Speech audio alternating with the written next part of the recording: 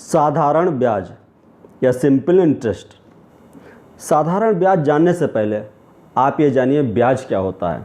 अगर आपको ब्याज की परिभाषा क्लियर हो गई, यानी ब्याज का अर्थ क्लियर हो गया, तो आपको साधारण ब्याज या चक्रवृद्धि ब्याज लगाने में आपको कोई प्रॉब्लम नहीं आएगी। मैं इस चैप्टर में आपको बिल्कुल इनिशियल से पढ़ाऊँगा, बिल्कुल बेसिक से उसका मीनिंग बताने की कोशिश करूंगा और हर एक टर्म की मीनिंग क्या होती है, हर एक टर्म का रियल अर्थ क्या होता है, मैं आपको वो बताने की कोशिश करूंगा। और फिर धीमे धीमे टफ क्वेश्चन की तरफ बढ़ूंगा कि इसका कैसे इसको आसानी से लगा सकें, ये भी मैं इसमें बताने की कोशिश करूंगा। यहाँ सबसे पहले हम आते हैं ब्याज पर।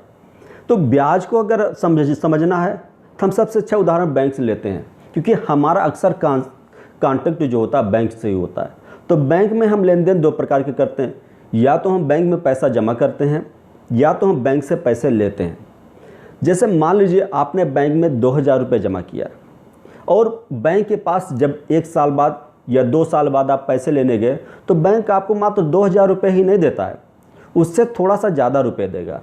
हो सकता है 100 रुपये ज़्यादा दे, 200 रुपये ज़्यादा दे, लेकिन उससे ज़्यादा पैसे देगा। बिल्कुल ऐसे ही जैसे आप बैंक से 2000 रुपये उधार लेते हैं, तो जब आप बैंक में जमा करते हैं तो वो बैंक में आप मात्र 2000 रुपये ही नहीं जमा करेंगे, उससे थोड़ा सा ज़्यादा पैसे आपको बैंक में जमा करना पड़ेगा।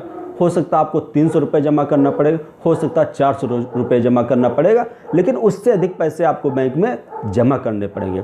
तो जितना पैसा हमें जमा करते समय बैंक हमें दे, यानी जब बैंक में पैसा जमा करें तो जितना पैसा हमें वो अधिक दे, या हम बैंक से जब लोन लें तो जितना पैसा हमें बैंक को अधिक देना पड़े, तो जो अधिक पैसा देना पड़ता है वही हमारा क्या कहलाता है, ब्याज कहलाता है। अब ब्याज दो प्रकार के होते हैं, एक साधारण ब्याज होता है और एक चक्रवृद्धि ब्याज होता है या कंपाउंड इंटरेस्ट होता है। साधारण ब्याज को सिंपल इंटरेस्ट कहते हैं। आज हमारा मेन टॉपिक है साधारण ब्याज। तो साधारण ब्याज का फार्मूला है वो क्या होता है, मूलधन गुणे समय गुणे दर। मूलधन को हम P से डिनोट करते हैं अक्सर, समय को हम T से डिनोट करते हैं और दर को हम R से डिनोट करते हैं अपॉन 100, और मूलधन को हम I से डिनोट करते हैं, इसका मतलब इंटरेस्ट। आज हम बताएंगे कि ये फार्मूला आता क्यों है, क्योंकि आप फार्मूला रटिए नहीं, फार्मूला ड्राइव कैसे होता है इस पर भी ध्यान दे दीजिए। तो निश्चित सी बात है, जब आप एग्ज़ाम हॉल में जाएंगे तो वहाँ अगर फार्मूला डेरिवेशन आपको अच्छी तरह से मालूम है तो वहाँ हल्की सी भी टफनेस होती है आपके, तो आप क्वेश्चन समझकर बिना किसी फार्मूले की यूज किए आप सारे क्वेश्चन आसानी से निकाल सकते हैं। लेकिन बशर्ते ये है कि आपको सिंपल इंटरेस्ट क्या होता है, इंटरेस्ट क्या होता है, मूलधन क्या होता है, दर क्या होती है, इन सब की परिभाषा या इन सब की मीनिंग हमें क्या हो, अच्छी तरह से मालूम हो। अब हम एक क्वेश्चन करते हैं और इसी के आधार पर हम इस फार्मूले को डिराइव करने की कोशिश करते हैं, यानी उसका डेरिवेशन भी निकालने की कोशिश करते हैं। जैसे देखिए यहाँ क्या है, 28 रुपये की राशि पर 6% प्रतिवर्ष की दर से 5 वर्ष में साधारण ब्याज निकालना है। तो जो दर है, ये दर का मतलब ये हुआ कि 100 रुपये में जितना रुपये बैंक हमें अधिक दे, या 100 रुपये अगर हम बैंक से वापस लें उधार, तो जितना रुपये हम अधिक देना पड़ेगा वही क्या कहलाती है, दर कहलाती है। दर जो होती है हमेशा 100 रुपये पर ही निकाली जाती है। जैसे यहाँ क्या है, यहाँ आपको 28 रुपये की राशि है, तो इसका मतलब क्या है कि जो आपका मूलधन है, जितना पैसा आपने बैंक में जमा किया वो 28 रुपये है, यही आपका क्या है, मूलधन है। और 100 रुपये पर जितना रुपये आपको मिल रहा है, 100 रुपये आपने जमा किया तो आपको कितना मिल रहा है, 6 रुपये ज़्यादा मिल रहा है। तो जो ज़्यादा मिल रहा है 100 रुपये पर वही क्या कहलाती है, आपकी दर कहलाती है। जैसे यहाँ दर क्या है, 6% है, और समय जितने वर्ष के लिए आपने जमा किया है। तो यहाँ क्या है, 28 रुपये की राशि है, आपने 6% प्रतिवर्ष की दर से 5 वर्ष के लिए जमा किया है। तो देखिए 100 रुपये पर आपको कितने रुपए अधिक मिल रहा है, तो 6 रुपये मिल रहा है आपको, यानी 6 रुपये क्या हो रहा है, ज़्यादा मिल रहा है। तो अगर मान लीजिए आप 100 रुपये जमा किया रहे, 1 वर्ष में 6 रुपये मिल रहा है, तो 5 वर्ष में कितना हो जाएगा, तो निश्चित सी बात है 5 गुणे 6 हो जाएगा। तो अगर मान लीजिए 1 रुपये आपने बैंक में जमा किया होता तो आपको कितना मिलता है, तो निश्चित सी बात है ये हो जाता 5 गुणे 6/100। और यहाँ क्या है, आपका जो पैसा आपने जितना जमा किया है वो 2800 रुपये है। तो बताइए 2800 रुपये पर आपको कितना ब्याज मिलेगा, यानी कितना ज़्यादा पैसा मिलेगा। तो हो जाएगा 5 × 6/100 × 2800। देखिए इसी से आपका क्या है, फार्मूला आ गया। जितना पैसा आपका अधिक मिल रहा है वही आपका आई है, ये आपका टाइम है, और ये आपका क्या है, रेट है, ये आपका पी है यानी प्रिंसिपल है, और ये 100। देखिए फार्मूला आ गया, आई बराबर क्या हो गया, P × R × T/100। देखिए पीछे वही फार्मूला लिखा कि नहीं लिखा। तो आप फार्मूला इसी से ड्राइव करते हैं। अब इसी को आप सॉल्व कर लीजिए। P बराबर कितना है 2800, R बराबर कितना है 6, टाइम बराबर कितना है 5/100। आप इसी को सॉल्व कर लीजिए। 6 × 5 = 30, जितना 28 30 मल्टीप्लाई कर दीजिए, जितना आ जाए वही क्या हो जाएगा, आपका आंसर हो जाएगा 840 रुपये। तो आपको साधारण ब्याज कितना मिलेगा, 840 रुपये। अब आप ये समझिए, ये तो मैंने बता दिया, अब ये समझिए कि साधारण ब्याज क्या होता है। तो देखिए जैसे आपने बैंक में पैसा जमा किया, जब आप बैंक में पैसा जमा करते हैं तो आप मान लीजिए 2 साल के लिए जमा किया है, तो वहाँ आपको बैंक 2 तरीके से ब्याज दे सकता है। एक होता है आपने 2000 रुपये जमा किया है, बैंक कह रहा है कि 10 रुपये प्रति वर्ष की दर से मैं आपको पैसे दूंगा, 2000 रुपये का 10% की दर से आपको जो ब्याज हो गया वो 200 रुपये हो गया। तो आपको पहले साल में कितना मिलेगा, 200 रुपये अधिक मिलेगा, यानी कुल मिलाकर 2200 रुपये मिलना चाहिए। लेकिन आपने कहा कि मैं 1 साल बाद नहीं, मैं पैसे 2 साल बाद निकालने जाऊँगा। तो यहाँ 2 तरीके होते हैं। एक तरीका ये होता है कि अगली बार ही आपको 200 रुपये मिले, और दूसरा तरीका होता है कि आपको जो 200 रुपये मिलना था वो भी तो बैंक के पास रह गया।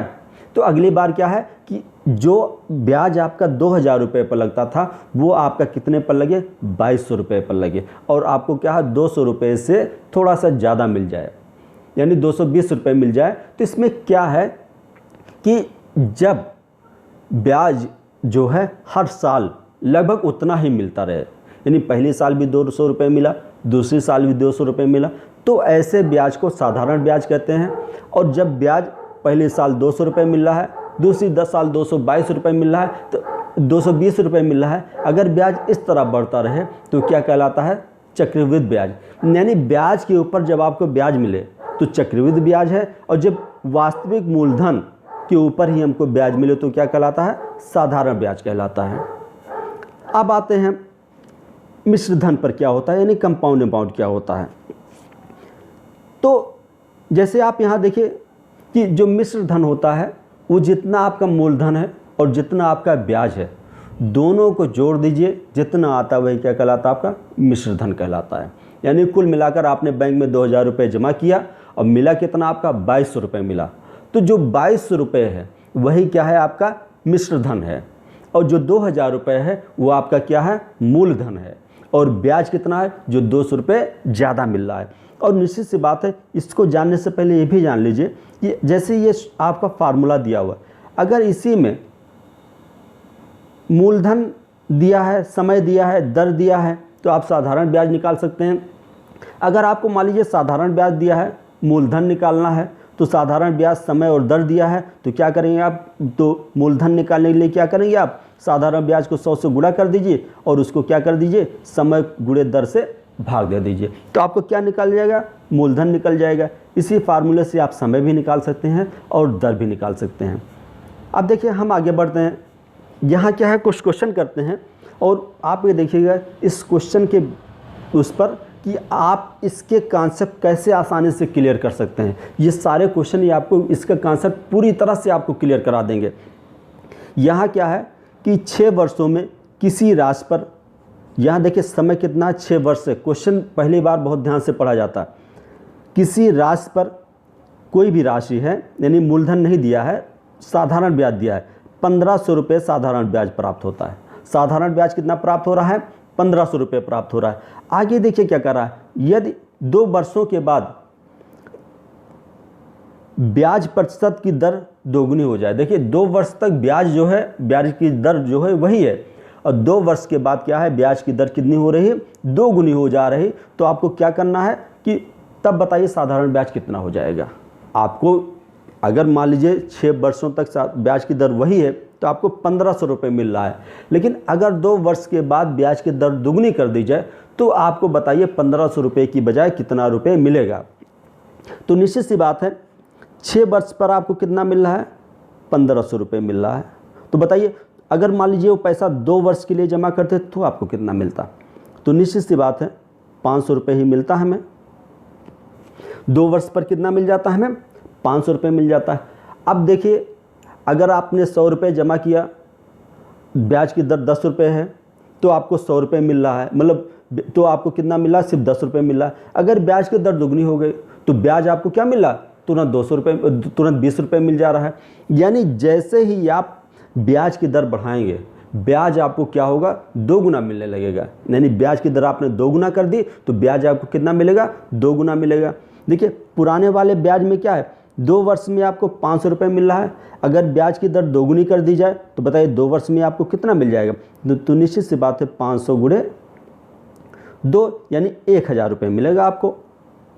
अब आपको 2 वर्ष में नए ब्याज की दर से आपको 1000 रुपये मिल रहा है, तो बताइए 4 वर्ष में कितना मिल जाएगा, तो 4 वर्ष में इसका दोगुना हो जाएगा यानी 2000 रुपये आपको मिल जाएगा।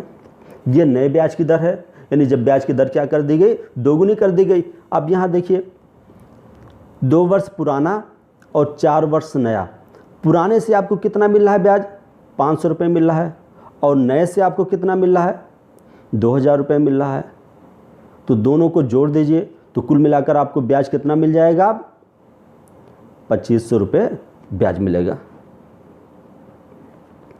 अब देखिए इस क्वेश्चन से आप देख रहे हैं कि बिना कोई फार्मूला लगाए आप किसी प्रश्न को कैसे कर सकते हैं।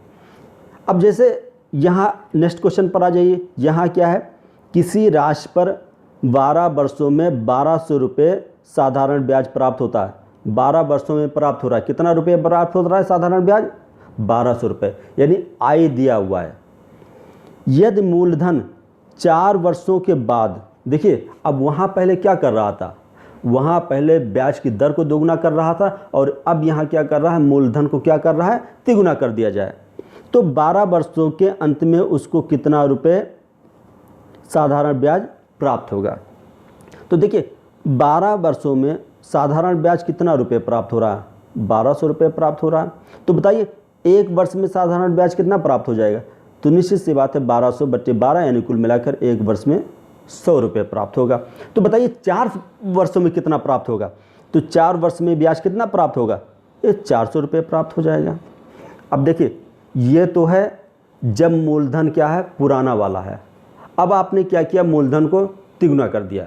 जब भाई आप बैंक में 2000 रुपये जमा कर रहे हैं, आपको 200 रुपये मिल रहा है, अगर आप 6000 रुपये जमा करेंगे तो कितना मिलेगा आपको, निश्चित सी बात है 600 रुपये मिल जाएगा। यानी जैसे आपका मूलधन तिगुना होगा तुरंत ब्याज क्या कितना हो जाएगा, तिगुना हो जाएगा। तो अब पुराने वाले ब्याज की दर से देखिए 4 वर्ष में कितना मिल जाएगा, तो 4 वर्ष में ये हो जाएगा 400 का 3 गुना यानी 1200 रुपये हो जाएगा। तो अब ये 8 वर्ष के लिए यानी कुल मिलाकर 12 वर्ष है, 4 वर्ष पुराना 8 वर्ष नया। तो नए ब्याज नए मूलधन पर 8 वर्षों में कितना हो जाएगा, ये हो जाएगा 1200 का 2 गुना यानी कुल मिलाकर 2400 रुपये हो जाएगा। अब बताइए 4 वर्ष पुराना और 8 वर्ष नया। 4 वर्ष पुराने पर आपको ब्याज कितना मिल रहा है, 400 रुपये मिल रहा है, और 8 वर्ष नए पर आपको ब्याज कितना मिल रहा है, 2400 रुपये मिल रहा है। तो कुल मिलाकर कितना हो गया आपका, ये हो गया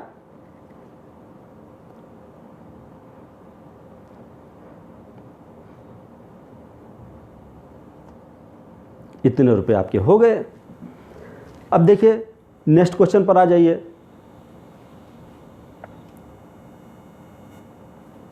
यहाँ क्या कह रहा है कि किसी धन पर, यहाँ ध्यान दीजिएगा,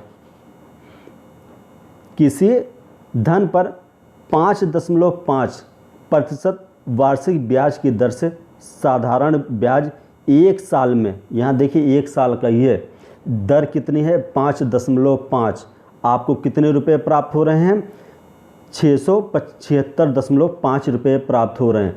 यदि उसी धन पर 5% वार्षिक ब्याज की दर लगाई जाए तो 1 साल में आपको कितना कम पैसा प्राप्त होगा। यहाँ देखिए करना क्या है, यहाँ 5.5% ब्याज की दर लगा रहे हैं आप, यानी 5.5% ब्याज की दर है, तो आपको 676.5 रुपये प्राप्त हो रहे हैं।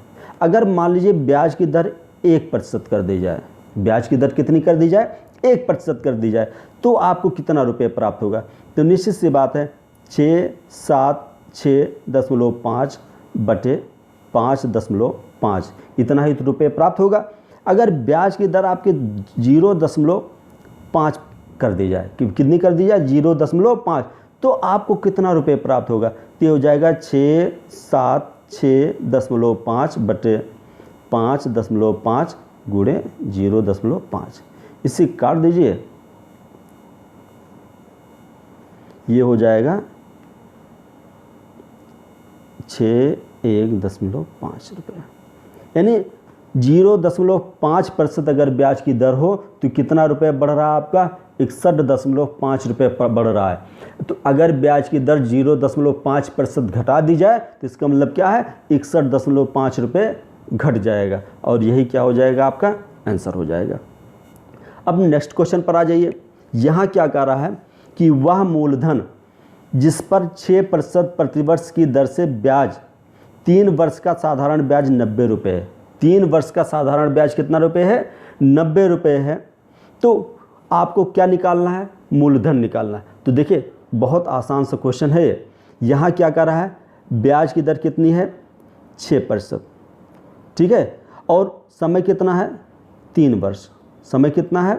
3 वर्ष, यानी 6 गुणे 3% में आपको कितना रुपये मिल रहा है? 90 रुपये मिल रहा है। कितने रुपये मिल रहे हैं? 90 रुपये मिल रहे हैं। अगर इसी को आप 100% कर देंगे तो आपको कितना मिल जाएगा? ये हो जाएगा 90 गुणे 3 इंटू 100, और यही आपका मूलधन है। मूलधन क्या है कि जब 100 रुपये पर आपको 6 रुपये मिल रहे हैं, 100 रुपये पर आपको कितने मिल रहे हैं? 6 रुपये मिल रहे हैं, तो इसी 100% को ही क्या किया जाता है? मूलधन में मान लिया जाता है कि 100 रुपये पर 6 रुपये मिल रहे हैं। तो ऐसे ही 18% पर आपको 90 रुपये मिल रहे हैं, तो 100% पर आपको कितना मिल जाएगा? जितना मिल जाएगा यही क्या होगा? आपका मूलधन हो जाएगा, और ये हो जाएगा आपका कितना? 18 पंचे 90, यानी 500 रुपये, और यही 500 क्या हो जाएगा? आपका मूलधन हो जाएगा। अब नेक्स्ट पर आ जाइए। यहाँ क्या कह रहा है कि किसी राशि पर प्रथम 2 वर्षों पर 4 वर्ष, प्रथम 2 वर्षों पर कितना लग रहा है? 4 वर्ष, अगले 4 वर्षों पर 6 वर्ष, और पुनः अगले 6 वर्षों पर 8 वर्ष वार्षिक ब्याज की दर दी जाती है। यदि 9 वर्षों में, यहाँ देखिएगा 9 वर्षों में आपको इतना रुपये मिल रहा है, 9 वर्षों में कितना मिल रहा है? आपको 1120 रुपये मिल रहा है। तो आप बताइए वह राशि क्या होगी? आपको क्या निकालना है? प्रिंसिपल अमाउंट निकालना है। तो देखिए यहाँ 9 वर्षों पर कह रहा है, तो 9 वर्षों का मतलब क्या है कि पहले 2 वर्षों पर आपको 4%, अगले 4 वर्षों पर आपको कितने % ब्याज की दर मिल रही है? 6%, और कुल 9 वर्ष का रहा है, यानी 4 2 6 हो गए। अब बच कितने रहे? 3 ही तो बच रहे हैं। तो अगले 3 वर्षों पर ब्याज की दर कितनी में लगेगी? ये 8% लगेगी। तो निश्चित सी बात है आपका क्या हो जाएगा? 2 गुणे 4% प्लस 4 गुणे 6%, जैसा देखिए पहले मैंने बताया था, और प्लस 6 गुणे 3%, ये ब्याज की दर है। ये कुल मिलाकर कितना हो रहा है? ये हो रहा है 1120, यानी कुल मिलाकर 4 2 8 56% बराबर क्या हो रहा है आपका? ये हो रहा है 1120। अगर इसी को आप 100 कर दें तो कितना हो जाएगा आपका? 100 करने पर जितना होता है यही क्या हो जाएगा? आपका मूलधन हो जाएगा, बटे 56 गुणे 100, और ये हो जाएगा आपका कितना? 2000 रुपये। यही 2000 रुपये आपका क्या है? राशि है। देखिए मैंने जितने भी क्वेश्चन बताए इसमें कहीं भी आपको फार्मूले का कोई यूज नहीं हुआ। बिना फार्मूले की यूज किए आप जब क्वेश्चन लगाएंगे तो आपको क्वेश्चन आसानी से आ जाएंगे। हो सकता है शुरुआत में आपको थोड़ी दिक्कत आए, लेकिन जैसे जैसे आपकी प्रैक्टिस बढ़ेगी वैसे वैसे ये क्वेश्चन आपको बहुत आसानी से आ जाएंगे, क्योंकि वहाँ आपको क्वेश्चन लगाकर नहीं दिखाना है, आपको सिर्फ आंसर फाइंड आउट करना, और आंसर जो है ऐसे शार्ट तरीके से बहुत आसानी से पाए जा सकते हैं। अब देखिए, अब हम कुछ आपको शार्ट ट्रिक बता रहे हैं जो आपको कभी कभी होता टाइम कम रहता है, आप इसके बेस पर क्वेश्चन सॉल्व करने की कोशिश करेंगे तो आपको आसानी से आ सकता है। जैसे क्या है, यदि कोई धन किसी साधारण ब्याज की दर से x वर्षों में n गुना हो जाता है तो ब्याज की दर को आप इस सूत्र से निकाल सकते हैं। ये क्या है, n-1 इंटू 100/x। दूसरा क्या है, कोई धन x% ब्याज की दर से, यानी ब्याज की दर कितनी है, x% है, दर से कुछ समय में n गुनी हो जाती। कितनी गुनी हो जाती, n गुनी हो जाती। तो अगर आपको समय निकालना है तो आपकी उसके लिए ये ट्रिक अपना सकते हैं। ये फार्मूला होता है। ये क्या होता है, समय बराबर क्या हो जाएगा, n-1 इंटू 100/दर। ब्याज का n गुना होने पर दर बराबर क्या होता है, n गुणे 100 बटे समय, और समय बराबर क्या होता है, n गुणे 100/दर होता है। अब नेक्स्ट उस पर आ जाइए, ये जो कोई धन एक निश्चित समय में साधारण ब्याज की दर से n गुनी हो जाती है तो उसी समय में n गुनी होने पर दर क्या हो जाएगी, उसके लिए ये फार्मूला होता है। आप इन फार्मूले को याद कर लीजिएगा। कभी कभी अगर सीधे सीधे क्वेश्चन इसी फार्मूले पर पूछ लेता है तो आप ऐसे क्वेश्चन को आसानी से लगा सकते हैं। अब बिल्कुल ऐसे ही ये भी है, यदि कोई धन निश्चित साधारण ब्याज की दर से दिए गए n1 गुनी हो जाती है तो n2 गुनी होने में लगा समय, यानी कुल मिलाकर साधारण ब्याज की दर से निश्चित समय में कितनी गुनी हो जाती है, n1 गुनी हो जाती है। तो n2 गुनी होने में लगा समय कितना हो जाएगा, n2 - 1/n1 - n2 इतना। आज के लिए बस इतना ही, धन्यवाद।